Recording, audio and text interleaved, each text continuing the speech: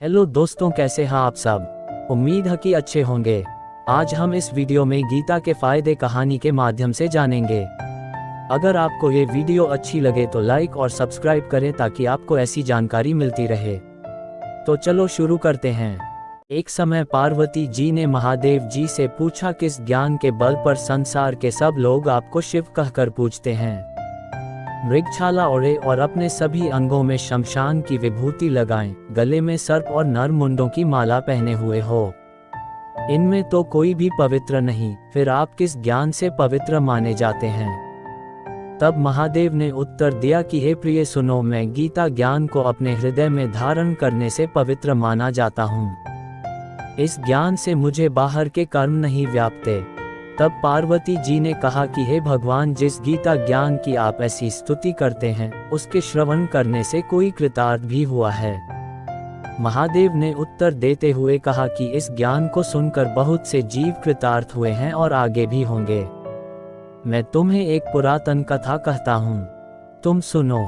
एक व्यक्ति था जो चांडालों के कर्म करता था और तेल नमक का व्यापार करता था। उसने एक बकरी पाली। एक दिन वह बकरी चराने के लिए वन में गया और वृक्ष से पत्ते तोड़ने लगा। वहां उसे एक सांप से डंस लिया, जिससे वह तुरंत मर गया। मरने के बाद उसने बहुत से नरक भोगे और फिर उसका जन्म बैल के रूप में हुआ। उस बैल को एक भिक्षुक ने मोल लिया। वह भिक्षुक उस पर चढ़कर सारे दिन मांगता फिरे। जो कुछ भिक्षा मांग कर लाता वह उसे अपने परिवार के साथ मिलकर खाता और वो बैल सारी रात द्वार पर खड़ा रहता। उसके खाने पीने का भी कोई ख्याल नहीं करता था और सुबह होते ही बैल पर चढ़कर फिर मांगने निकल जाता। जब बहुत दिन हो गए तो वह बैल भूख से गिर गया, लेकिन उसके प्राण नहीं निकले। नगर के लोगों ने देखा और उस बैल को कोई तीर्थ का फल दे तो कोई व्रत का फल दे, तब भी उस बैल के प्राण नहीं छूटे। एक दिन गणिका आए। उसने लोगों से पूछा, ये कैसी भीड़ है। तो उन्होंने कहा कि इसके प्राण नहीं निकलते, अनेक पुण्यों का फल दे रहे हैं तो भी इसकी मुक्ति नहीं होती। तब गणिका ने कहा कि मैंने जो कर्म किया है उसका फल मैंने इस बैल को दिया है। इतना कहते ही बैल की मुक्ति हो गई। तब बैल ने एक ब्राह्मण के घर जन्म लिया। पिता ने उसका नाम सुशर्मा रखा। उसके पिता ने उसे पढ़ाया लिखाया। उसको अपने पिछले जन्म की सुध थी। उसने एक दिन मन में विचार किया, जिस गणिका ने मुझे बैल की योनि से छुड़ाया था उसका दर्शन करूं। विप्र चलते चलते गणिका के घर गया और कहा, आप मुझे पहचानती हैं। गणिका ने कहा, मैं नहीं जानती, तुम कौन हो। तब उसने कहा कि मैं वही बैल हूँ जिसको आपने अपने पुण्य दिए थे। तब मैं बैल की योनि से छूटा था, अब मैं विप्र के घर जन्म हूँ। आप अपना पुण्य बताएं। गणिका ने कहा कि मैंने अपने जाने पुण्य नहीं किया, परंतु मेरे घर एक तोता है। वह रोज सवेरे कुछ पढ़ता है। मैं उसका वाक्य सुनती हूँ। उस पुण्य का फल मैंने तुम्हें दे दिया।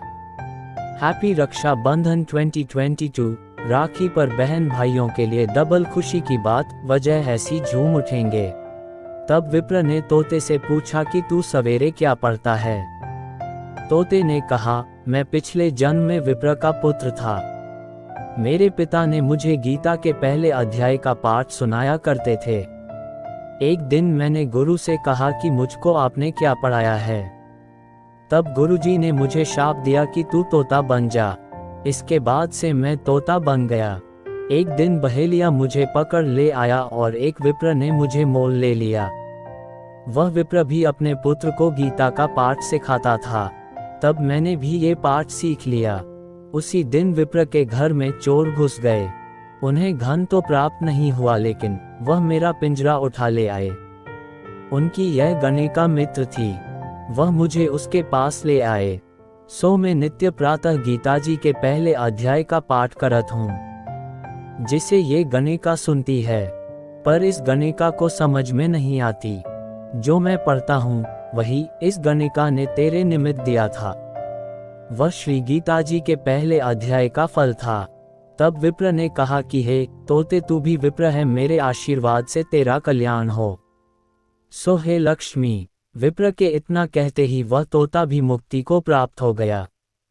तब गणिका ने बुरे कर्म छोड़ भले कर्म ग्रहण किए और नित्य स्नान करके श्री गीता जी के प्रथम अध्याय का पाठ करना शुरू कर दिया, जिससे उसकी भी मुक्ति हो गई।